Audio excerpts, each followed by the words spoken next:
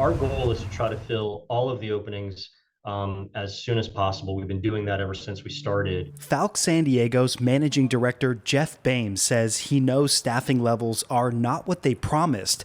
It's impacting response times, so they're upping their game to attract new paramedics in the city of San Diego. It's a competition because there's a limited pool, especially in the immediate area around San Diego. So we just look at it and said, we need to increase that to try to get folks to consider coming over to Falck. $50,000 sign-on bonuses are being offered for new paramedics. It would be spread out over 3 years, and it's larger than the $15,000 bonuses offered by their competitor, American Medical Response. I mean, I commend them for upping their recruitment and trying to bring on new personnel.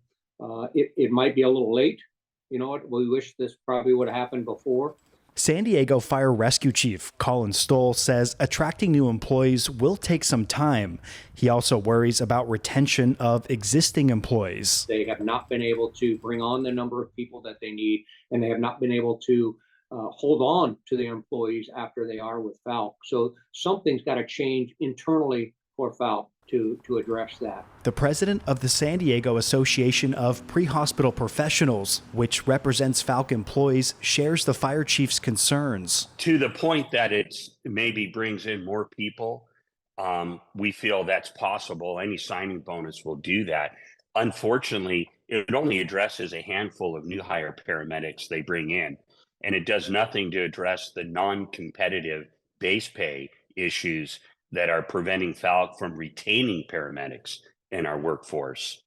And that number of deficit paramedics has only grown. The association and Falck are in the middle of negotiating a new contract, and Baim says they hope to do something for current employees. And we're in those discussions to see what can we do. Since Falck fully took over San Diego's 911 contract about a year ago, they have not yet met their monthly staffing goals. Baim says they need around 30 paramedics to ease the burden on current employees who are under mandatory overtime. But the fire chief is skeptical that things will turn around soon. He's still planning to present options to city council members next month about what to do in the meantime. This is a year into the contract. We're really not getting what we had been promised a year ago. And we're looking at all avenues of how we can increase the service levels, the ambulance hours out in the street, and kind of get to a more long-term sustainable program.